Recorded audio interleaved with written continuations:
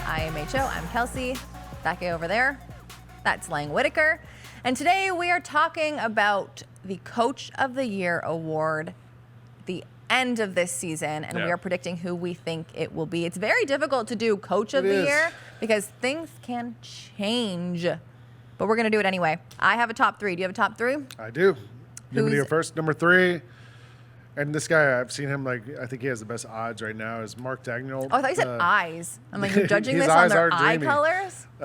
Mark Dagnall from the Oklahoma City Thunder. I liked watching them play last season. I like OKC. He does lots of little things that I really appreciate. Like on the free throws, he has 2 guys go stand in the other corner of the court, which takes defenders away. Man, I used to hate that when I played. Yeah, but then on the inbounds pass, it creates basically a fast break coming the other way.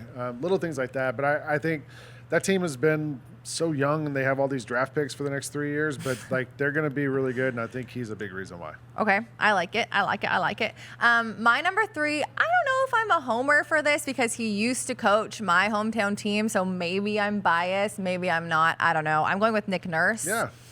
In his new role. So he won Coach of the Year in Toronto. Yeah. And then he got canned the next year, which I think is crazy. I would love him to win Coach of the Year and then stay. I think he deserves that. I don't know. I think the Sixers are going to be good. They lost to Boston last year. But they have a really good roster there already. Yeah, things have switched up. I think Joel Embiid's going to be good. And I personally, Nick Nurse used to coach Team Canada. I think he's just a good coach. Yeah. And so I think he'll be able to get the Sixers where they need to be. I'm going to go number 2 with Joe Mazzulla from the Celtics.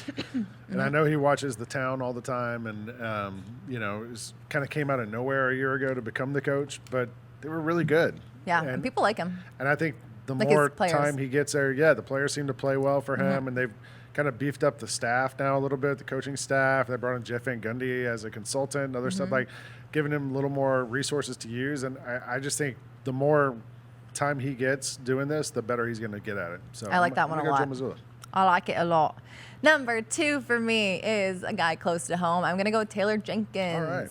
I'm going with Taylor because every year, and again, maybe I'm a homer. Maybe I am. Every year, I feel like he should be in these discussions. It's like Vegas is like, hey, the Grizzlies are going to win 4 games this year. And then Taylor leads them, and they're top of the West. 2 years in a row. They've been second in the West behind the team that won it all last year. And Taylor gets no love. And I feel like this year, again, they're like, hey, Jaw's out for 25 years, or 25 years, imagine. He's out for 25 games. The Grizzlies are going to be whatever, low and low. We were 8th on ESPN, and I think the Grizzlies are going to be top in the West again. And I think Taylor Jenkins deserves a pat on the back for that. I like that. Number 1 for me is Taylor Jenkins of the Memphis Grizzlies. I'm so done. I swear. I just think, look, all the reasons you said, but also 2 years in a row, 50 wins, number 2 seed. And now this year with Ja out, like you said, there's been injuries the past few years. He's figured out how to navigate that year after year after year. And it's not an injury, but Ja's going to be out those first 25 games. So he's going to have to figure out how to get through that. You're bringing in a Derrick Rose, Marcus Smart, veteran talent.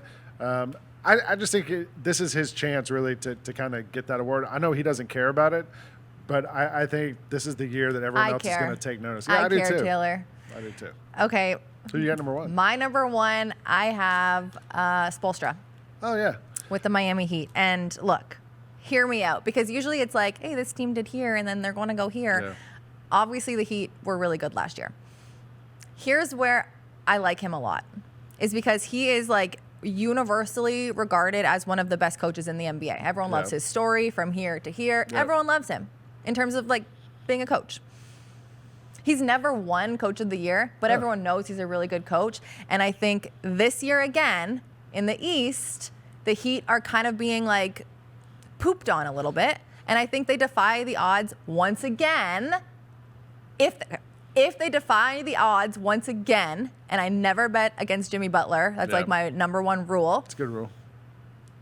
I think he deserves it. I just think he's the one thing that worried me with them was last year they just sort of coasted through the regular season and then flipped that switch when they got to the playoffs, and the voting is for the regular season. It is. And I don't know maybe they're going to do the same thing again and try to save Jimmy Butler and Bam Adebayo a little Mm-hmm. bit, save their legs. So The East just got harder. Like the East got more difficult to Yeah. get through. It used to be like very much. It used to be like the East is and the West is so difficult. Yeah. The East just got so much harder. So he can't like coast through.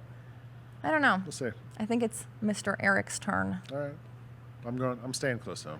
I got Taylor. I mean, look, Taylor's my second. Let's be honest. If we were doing what we wanted, don't give me that look.